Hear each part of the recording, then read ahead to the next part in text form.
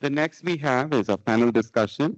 And to spearhead this, may I please invite our beloved Dr. Guru Reddy, sir, to, our program chair, Chief of Gastroenterology and Liver Diseases and the Continental Hospitals. Yeah, I'd like to invite to join us at the panel discussion, Professor John Kiesel, Professor Vijay Eladandi, and Dr. Nitish Pratap. I request the moderators also to please stay on the dais, and I request Dr. Chelpati Rao to please give a brief introduction on of Dr. Nitish Pratap. Dr. Nitish Pratap is a distinguished consultant gastroenterologist at KIMS Hospital, Secunderabad, whose contributions to the field of gastroenterology are immense. So he began his journey with MBBS from Bijapur BM Medical College, followed by DNB Medicine in Nizams, and then followed by DNB in gastroenterology at Sir Gangaram Hospital. So he has been at forefront of clinical innovation and research throughout his career, and he authored numerous impactful publications, including the reuse of single-use ERCP accessories to endoscopic management of Zenker's diverticulum and subtyping of achalasia cardia. So he has been recognized with several prestigious awards. We welcome you, sir.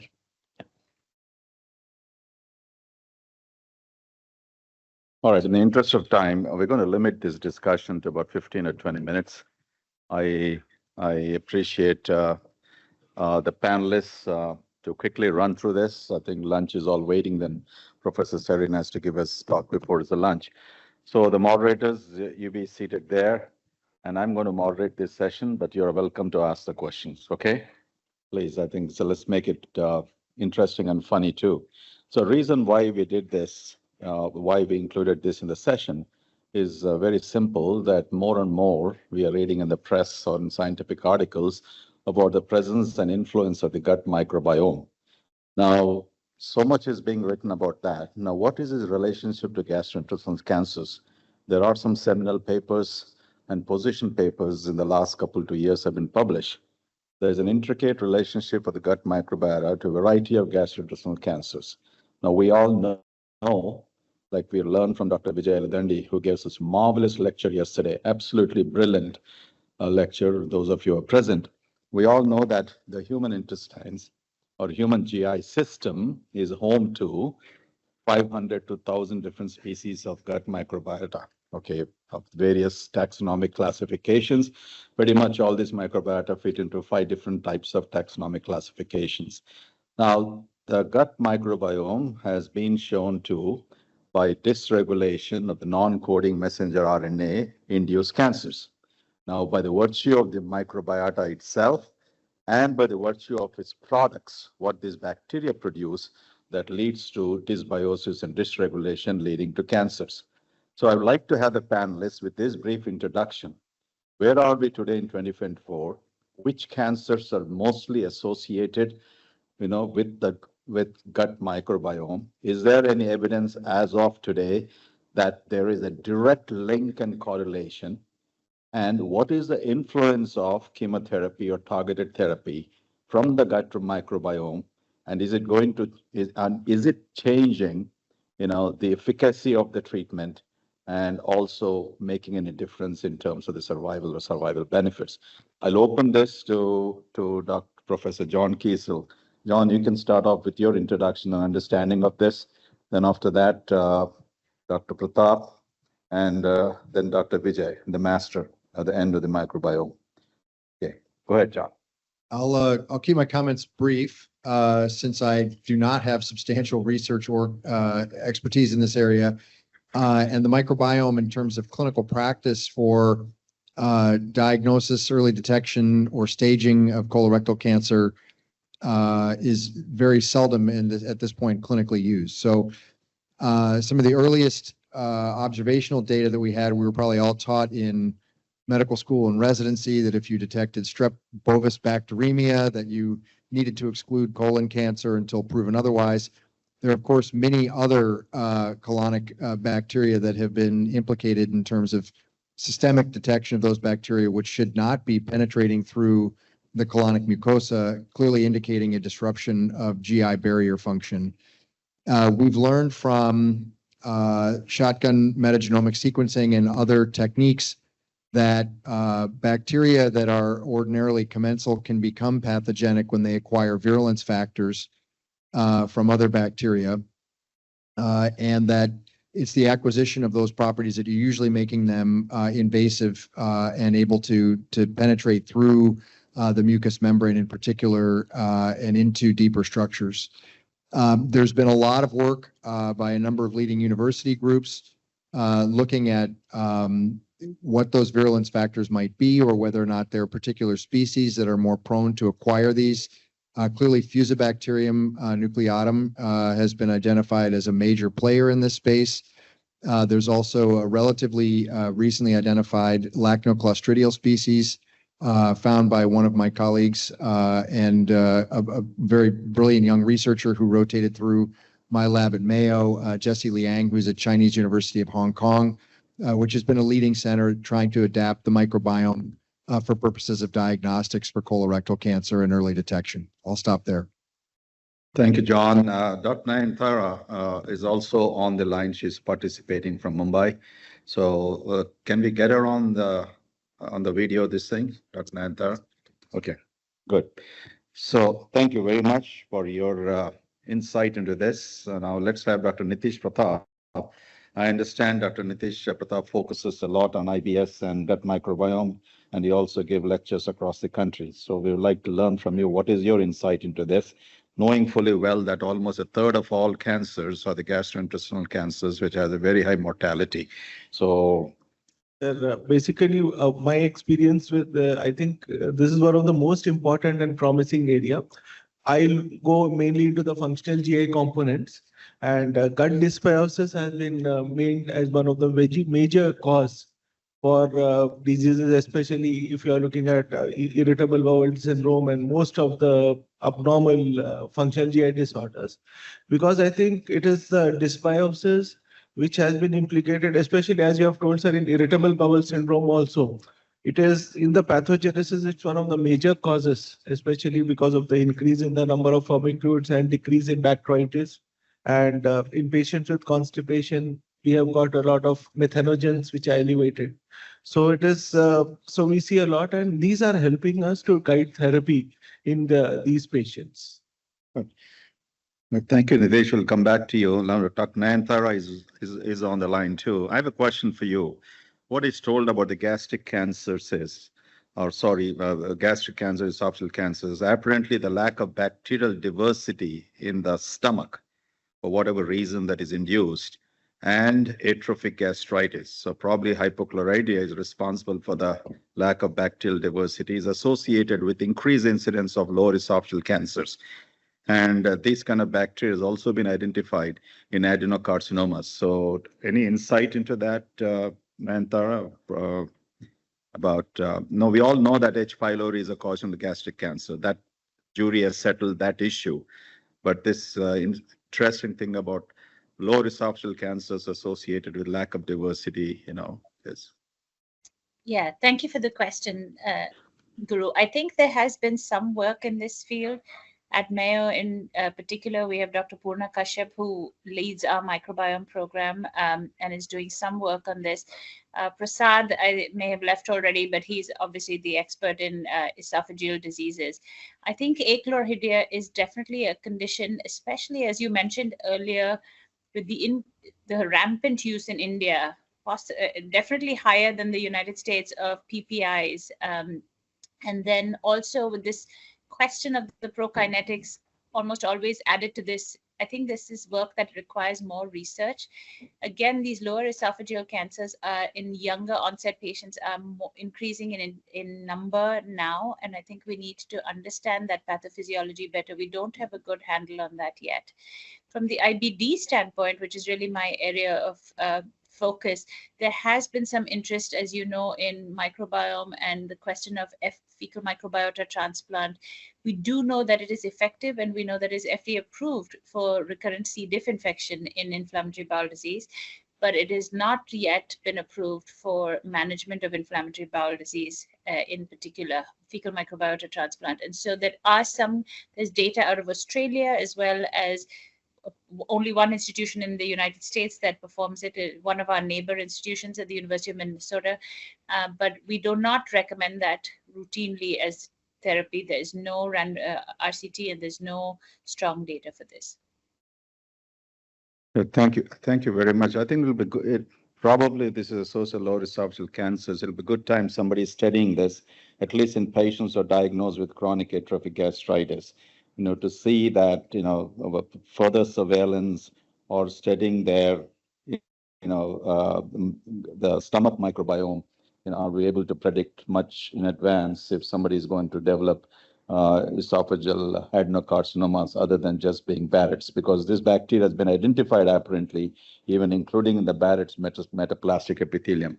Now, with that said, the question to Dr. Vijay, now, where are we going with this? Now, we understand, we are reading a lot about, yes, microbiome is causing everything in the world, from your mental depression down to suicidal ideation, schizophrenia, and a lot of other, autoimmune and diseases and cancers and whatnot. Now, given this, where are at the diagnostic armamentarium here? Now, we know that roughly what is said in the literature, 70 to 90 bacterial species have been DNA sequenced with some authority. So do you think for a mortal like me, a clinician, can I start advocating to that? There are some great companies in the US and here who proclaim to do this DNA sequencing, and I can translate that knowledge of diagnostic test results into practice. Oh, great question. So let me go back a little bit in history and I'll tell you a very personal anecdote. I was taking care of a patient with cystic fibrosis. We did a lung transplant for her, and she came into the hospital with septic shock. And we grew Clostridium septicum out of her blood. So I told my colleagues in gastroenterology, she's got an adenocarcinoma of the colon, please do a colonoscopy. And they did a colonoscopy and told me it's normal. So I said, okay, missed it, whatever. I'm wrong, as usual. So I sent her home, and she comes back a few weeks later, again, septic shock and Clostridium septicum again in the blood. So I go back to my colleagues and say, please explain this to me. And then this time, it's a different gastroenterologist, and he comes back and he tells me, look, there's been a little discrepancy. The first colonoscopy she had, inadequate. It was done only up to the splenic flexure, and since they didn't find any abnormality, they concluded so it's okay.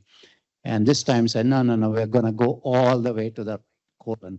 Now, mind you, this was 35 years ago, at which time the prevalent wisdom was, you didn't find anything in the left side of the colon. In all likelihood, it's all going to be normal. And I had a lot of very fierce arguments with the gastroenterologist about that. Anyway, so lo and behold, she has an adenocarcinoma of the cecum. So I think that taught me that, these associations are real, the strep bovis, Clostridium septicum, Helicobacter pylori causing gastric associated lymphomas. And in the older people, quite clearly, you see a much higher incidence of H. pylori in the stomach. So these are very simple and easy things to do that we can find out. We don't need to go to very sophisticated metagenomic analysis of the colon and bowel and whatever else. And as I've been advocating at Continental, we do have the ability to pick up with film array technology a lot of intestinal pathogens that we were not picking up before. We've seen a lot of ETEX and EPEX and EHEX lightly that we had not had the ability to conclusively identify. We've modified management. In the future, what I see is that we are going to combine the metagenomics with much simpler technology, automated, that will not necessarily do a shotgun, but will look at very selective aspects of the microbiome to ask two questions. Do we have an imbalance? There is loss of diversity and excessive amount of known genera that are associated with bad outcomes. That will be simpler technology, easier to do, and much less expensive.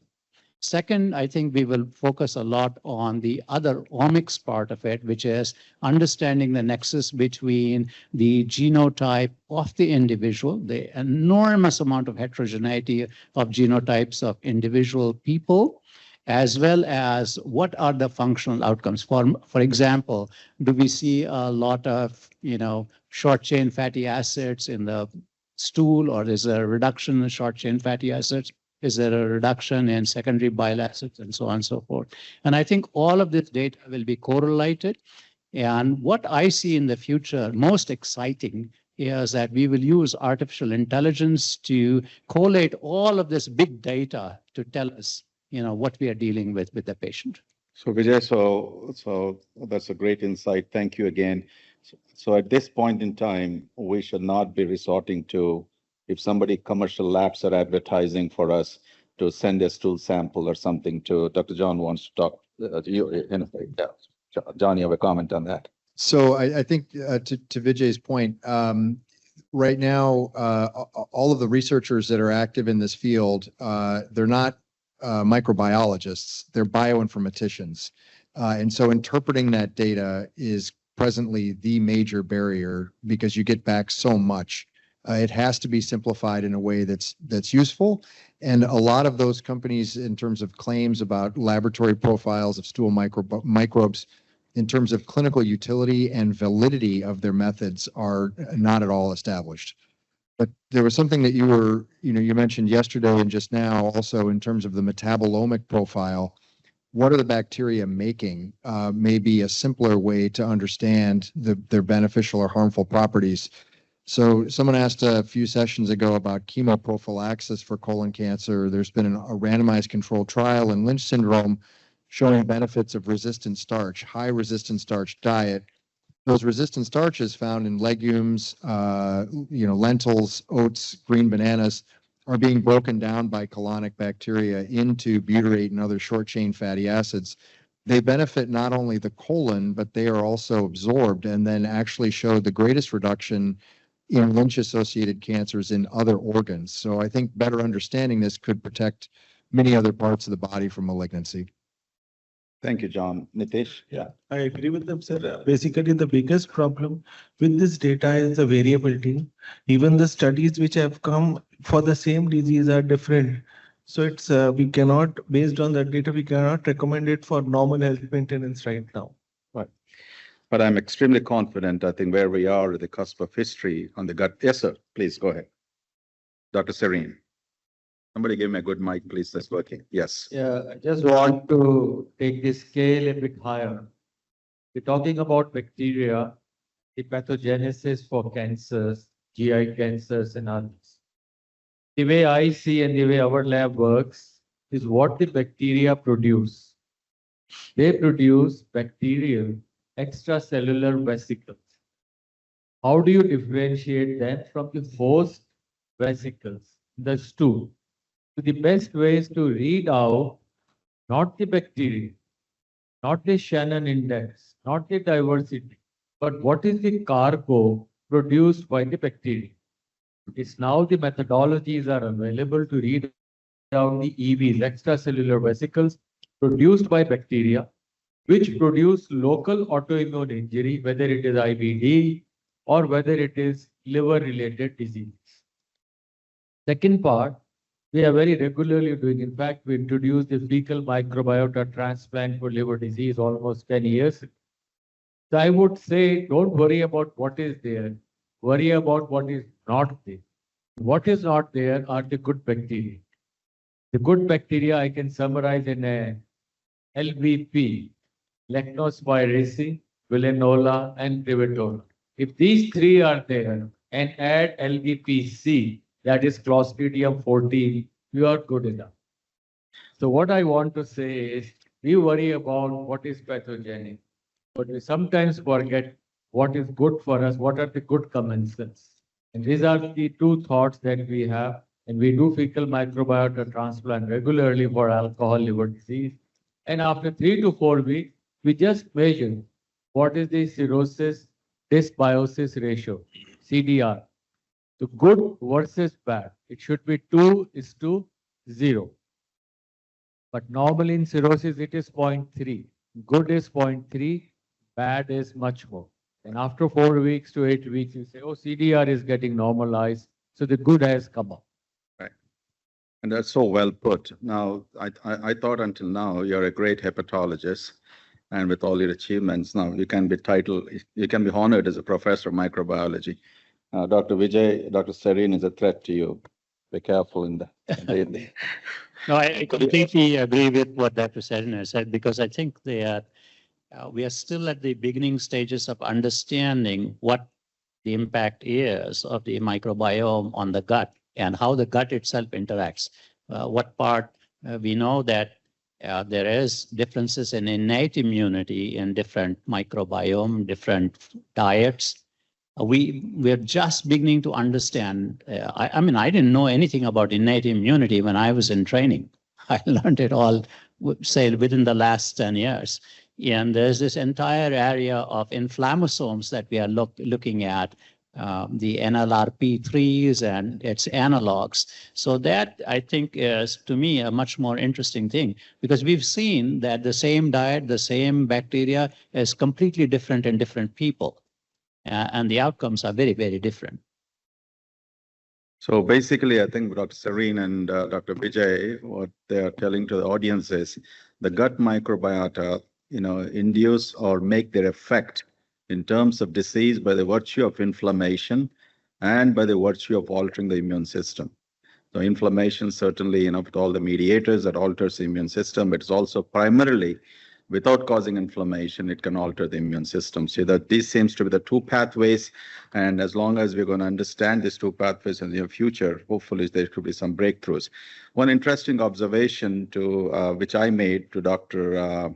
Kiesel is, as an expert in research of colorectal cancer for the last so many years and decades, a significant chunk of trillions of microbiome is manifest in the cecum in the right colon.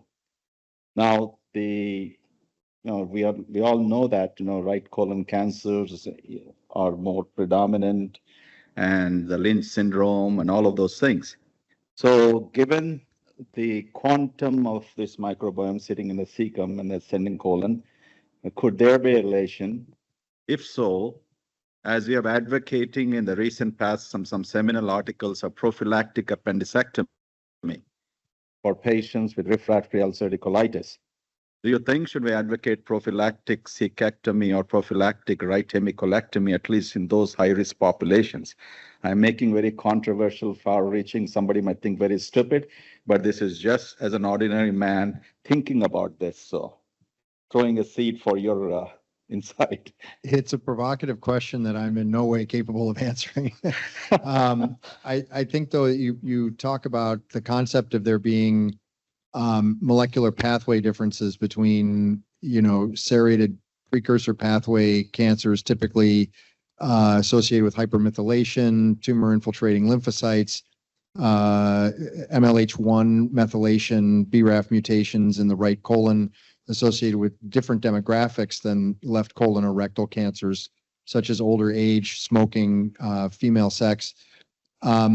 It's important to remember that the characteristics of the microbiome are different in different regions of the colon as well. And so we often will do, trying to extract metabolomic, genomic, or ribosomal information from stool samples. The properties of the microbiome in the mucocellular layer up immediately adjacent to the mucosa may be very different than in different regions of the colon.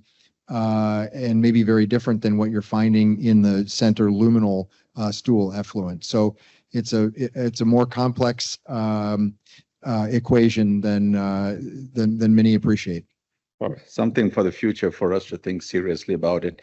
Now, Dr. Vijay, yesterday, again, in your brilliant lecture, you mentioned that you don't believe in fecal microbiota or fecal therapy, and you made a compelling argument against that, other than probably occasionally some C. difficile type thing. I want to ask Dr. Serene, sir, As you said, you've been using this for the last 10 years in your patients. Have you seen a difference in the early recovery of your SBP patients or transferring out the ICU much faster? Those kind of things. If you enlighten, then I'll ask Dr. Vijay, what is his problem not advocating it? Well, we started with the anecdotal 8 patients of severe alcoholic hepatitis who had sepsis or who were not fit for steroids.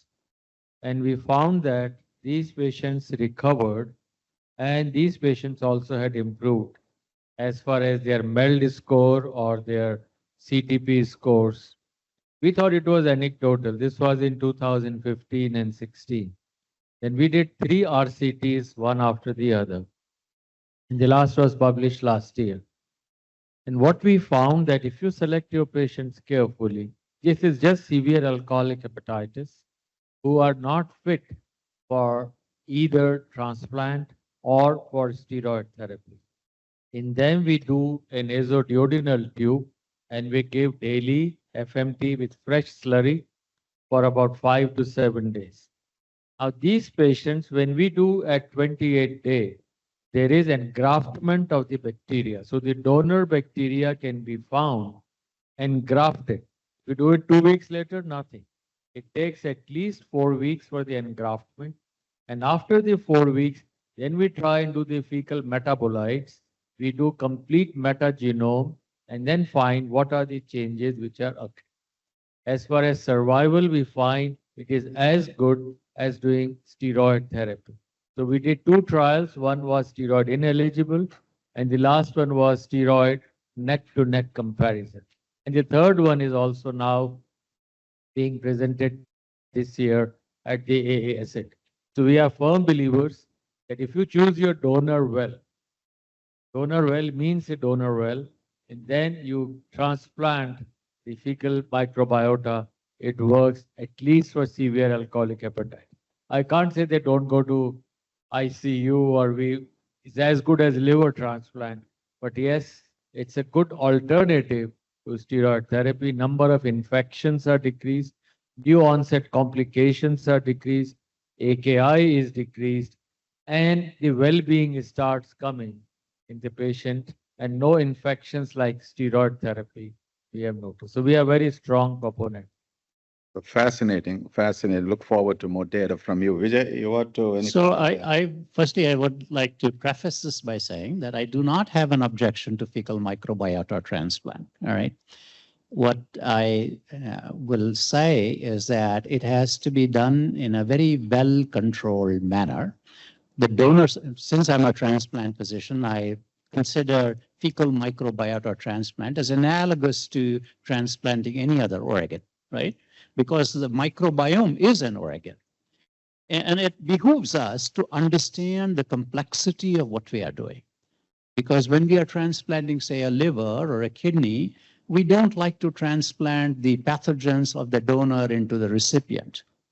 And I think this is the reason why I said that the seminal trial of SER 109 is a technical tour de force, because they very meticulously eliminated any probability of transplanting what they considered unwanted organisms or different. They're very selective and they're very good because they defined it very well. They said firmicutes only. And they insisted that the recipients do not have any residual activity of antimicrobials like vancomycin, fidaxomicin by giving a magnesium purge. And I think if we do this correctly, and we, like you have done, you have very meticulously studied both your donors and the recipients, including the metagenomics, which is not within the realm of possibility of a lot of us clinicians, so I envy you. So, but I think conceptually this is